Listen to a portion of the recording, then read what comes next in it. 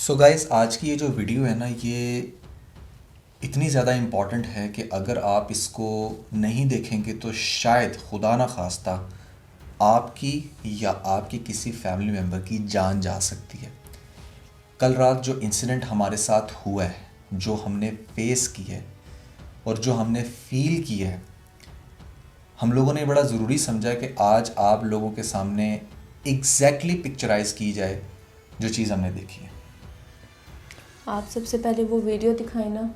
सबसे पहले तो आप ये वीडियो देखें।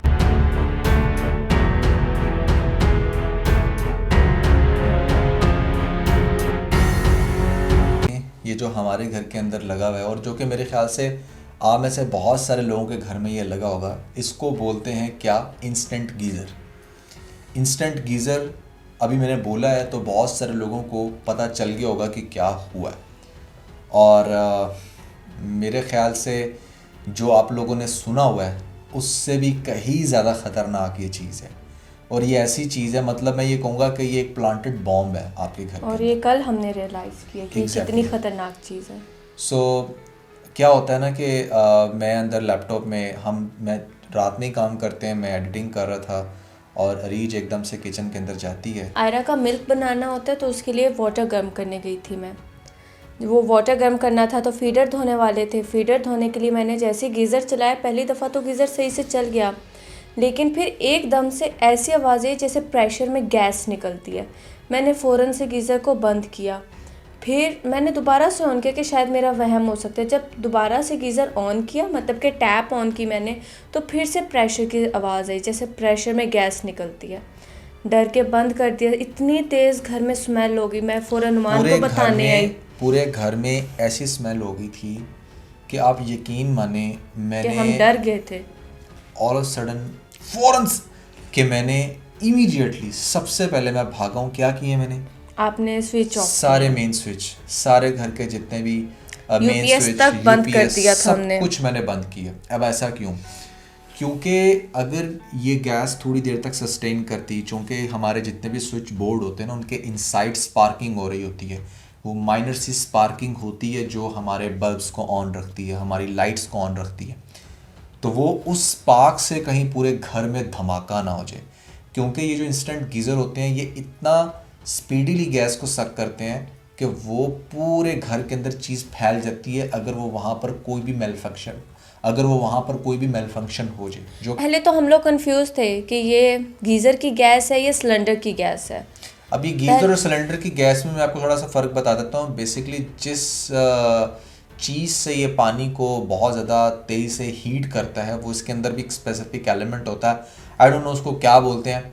बहरहाल इसके अंदर एक फर्दर गियर होता है जो आप कह लें कि जिस टाइम आप ऑन करते हैं वाटर, तो वो एक जगह से दूसरी जगह पे मूव करता है। अगर वो समहाउ स्टक हो जाए तो वो जो आग है वो बंद नहीं होती, और वो आग बंद ना होने की वजह से उसने उसकी पूरी की पूरी टैंकी को बर्न किया और उसके बाद पूरी गैस जो थी वो हमारे घर में फैल गई।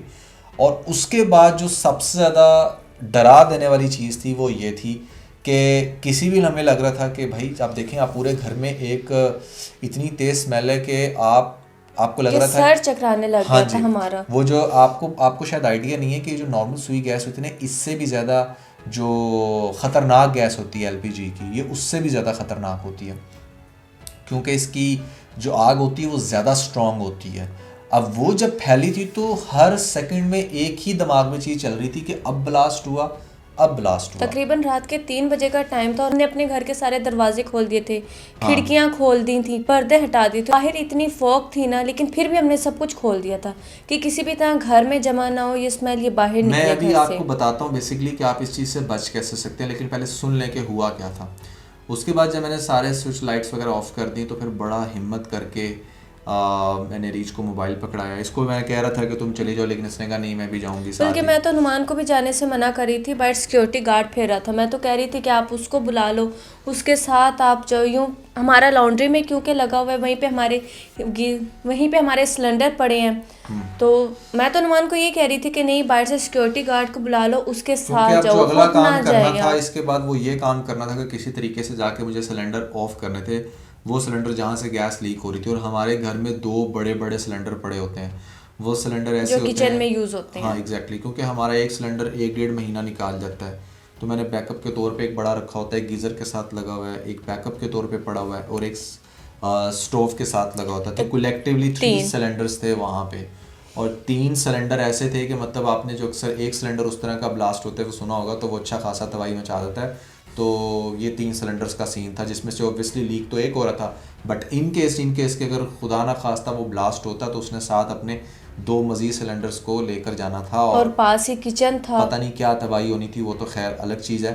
खैर बड़ी मुश्किल से मैं अपनी नाक को कवर करके गया लॉन्ड्री में, और वहाँ पर जाके मैंने उस सिलेंडर को बंद किया। फिर हमने पूरे घर की खिड़कियाँ खोल दी, दरवाजे खोले, ताकि जितनी भी अंदर वो गैस जमा हुई वो बाहर निकले, और फिर बस बड़ी हिम्मत करके रात गुजारी। सर इतना चकरा रहा था, कल सारी रात सर जो है ना वो चकराता रहा, क्योंकि उसकी गैस बहुत तेज़ होती है। क्योंकि तकरीबन ये रात के 2-3 बजे के दरमियान का वाक़या है, Exactly. तो हम किसी को हेल्प के लिए बुला भी नहीं सकते थे कि कोई आता हीट गीज़र देखता या फिर सिलेंडर को देखता। तो सुबह उठ के जब गीज़र मैंने देखा तो गीज़र की कंडीशन कुछ ऐसी थी, आपको वीडियो में नज़र आ रही होगी। सो इसके अंदर हुआ क्या, मैं आपको बताता हूँ। इसके अंदर सबसे पहले तो हमारी इतनी नेग्लिजेंसी है, जो कि शायद बहुत सारे लोगों से होती होगी। क्या है ना कि जो इंस्टेंट गीज़र होते हैं ना, ये 2 तरह से चलते हैं, एक चार्जर से चलते हैं और एक ये चलते हैं जो सेल से चलते हैं, ठीक है। तो पिछले 2-3 दिन से क्या हो रहा था कि जब भी हाँ, मैंने क्या किया था कि जो चार्जर था ना उसकी जो पिन थी वो ख़राब हो जाती है, तो मैंने उसको डायरेक्ट करवा दिया, यानी कि डायरेक्ट वो उसके अंदर से सेलों वाली जगह से वो चार्जर उसको लाइटर को ऑन कर रहा था। अब क्या होता था कि जब भी सिलेंडर चलता था ना तो एक बम्प की आवाज़ आती थी काफ़ी ज़्यादा, जैसे ना गैस जमा हुई होती है और फिर उसके बाद आग लग रही है। तो मैंने इस चीज़ को नोटिस तो किया, बट मैंने इस तरह से इग्नोर किया कि यार चलो चार्जर बंद कर देते हैं, सेल से चलाते हैं, हो सकता है ये इशू ना आए, जो कि इशू नहीं आया। बट वो गैस जमा होती रही, शायद होती रही, और वो इतनी ज़्यादा हो गई कि वहाँ पर फिर जब नेक्स्ट टाइम उसको जब चलाया रीज ने रात के टाइम वो फीडर धोने के लिए, तो वो उसने उसको ऐसा ब्लास्ट किया कि उसकी टैंकी अंदर से फट गई और फिर उसकी गैस सारी लीक हो गई। और इवेंचुअली ये गैस, इसका प्रेशर इतना ज़्यादा होता है, जो कि मैं आप सब लोगों को रेकमेंड करूँगा। और आप लोगों ने सुना भी होगा कि इंस्टेंट गीज़र कभी भी अपने वॉशरूम के अंदर नहीं लगाना चाहिए। मार्क माई वर्ड कि अगर ये इंस्टेंट गीज़र आपके वॉशरूम के अंदर है और ये इंसिडेंट किसी भी टाइम कभी भी हो सकता है, क्योंकि ये इंस्टेंट गीज़र अक्सर करते हैं ऐसा। सर्दियों में बहुत दफ़ा ऐसी न्यूज़ सुनने को मिलती है कि फ़लाँ गया वॉशरूम के अंदर और इंस्टेंट गीज़र ने पता नहीं क्या गैस लीक की, बंदा वहीं पे फारिग हो गया, क्योंकि उस गैस की इंटेंसिटी बहुत ज़्यादा हाई होती है, ठीक है। तो आपने पहली बात तो ये कि इंस्टेंट गीज़र को कभी भी वॉशरूम के अंदर नहीं लगाना, वॉशरूम से बाहर लगाना है। दूसरी बात ये है कि अगर आपको कोई भी अबनॉर्मल साउंड्स आ रहे हैं उसके चलते हुए, तो उसको बिल्कुल भी आप निगलेक्ट मत करें, उसको सीरियस लें। जैसे देखिए मैंने पहली दफ़ा कर दिया था, मैंने साथ में स्टोव भी ऑन किया हुआ था। हाँ। लेकिन अगर मैं दूसरी तीसरी दफ़ा जब ये हुआ तब इग्नोर कर देती तो ब्लास्ट हो सकता था उसी वक्त। एग्जैक्टली। सो एक बड़ा ही अनफॉर्चुनेट वाक़या था ये जो कल हुआ, और हम लोग अभी तक शॉक्ड हैं। और बस इससे मैंने ये सोचा, पहले हम सोच रहे थे इस पर बात करें ना करें, फिर ये सोच के बात करें कि यार देखो, हो सकता है हमारी इस वीडियो बनाने से किसी की जान बच जाए, या किसी के घर अभी इस टाइम ये गीज़र कुछ कर रहा है, क्योंकि और भी कुछ नहीं तो मतलब कम से कम अगले 2 महीने लोग गीज़र यूज़ करेंगे। बहुत सारे लोगों को सर्दियों में जब गीज़र की आदत पड़ती है वो अप्रैल मार्च तक भी गीज़र यूज़ कर रहे होते हैं। तो मैंने कहा कि आप लोगों को बताया जाए, अगर कोई भी ऐसे अबनॉर्मल साउंड्स आ रहे हैं आपको, तो उसको ज़रूर सीरियस लें। और अगर आपका जो गीज़र है वो वॉशरूम के अंदर लगा हुआ है तो उसको बाहर निकालें। और तीसरी बात यह है कि कोई भी एक्स्ट्रा पंगा मत लें, जैसे मैंने लिया, उसको डायरेक्ट चार्जर को अंदर से लगा दिया। वैसे भी आपने खुद नहीं लिया, तो उसने सजेस्ट किया था ना, सजेस्ट किया था ऑब्वियसली। वो तो यही कह रहा था, वो तो इवन को सुबह भी आके यही कह रहा था कि नुमान भाई मेरा तो इतने लोगों के घर में चार्जर डायरेक्ट किए हैं, कभी कोई इशू नहीं आता। और हो सकता है उसकी वजह से इशू हो भी ना, ये तो मतलब मेरी अपनी ऑब्जर्वेशन है कि शायद उस वजह से इशू आया, बट हो सकता है उसकी वजह से इशू ना हो सकता है कुछ और रीज़न हो सकता है इस इंस्टेंट गीज़र का ही कोई इशू हो। हत्ता कि अच्छी खासी कंपनी, कैनन की कंपनी मेरे ख्याल से गीज़र्स में सबसे बेस्ट है। अगर इससे भी कोई बेस्ट हो तो प्लीज़ हमें कमेंट्स के अंदर ज़रूर बताइएगा, क्योंकि अब हम लोग रिप्लेस करने का सोच रहे हैं। एक बात तो फैक्ट है कि भैया this is very dangerous, this is अभी तो देखिए हमने लॉन्ड्री में लगाया हुआ था तो फिर भी तकरीबन घंटा डेढ़ लग गया था उस स्मेल को जाने में। एग्जैक्टली। हत्ता कि ओपन एयर में लगा हुआ है, और सिर्फ एक विंडो से आया था, क्योंकि किचन की विंडो मैं थोड़ी सी खोल देती हूँ वेजीज और जो फ्रूट होते हैं ताकि वो फ्रेश रहें।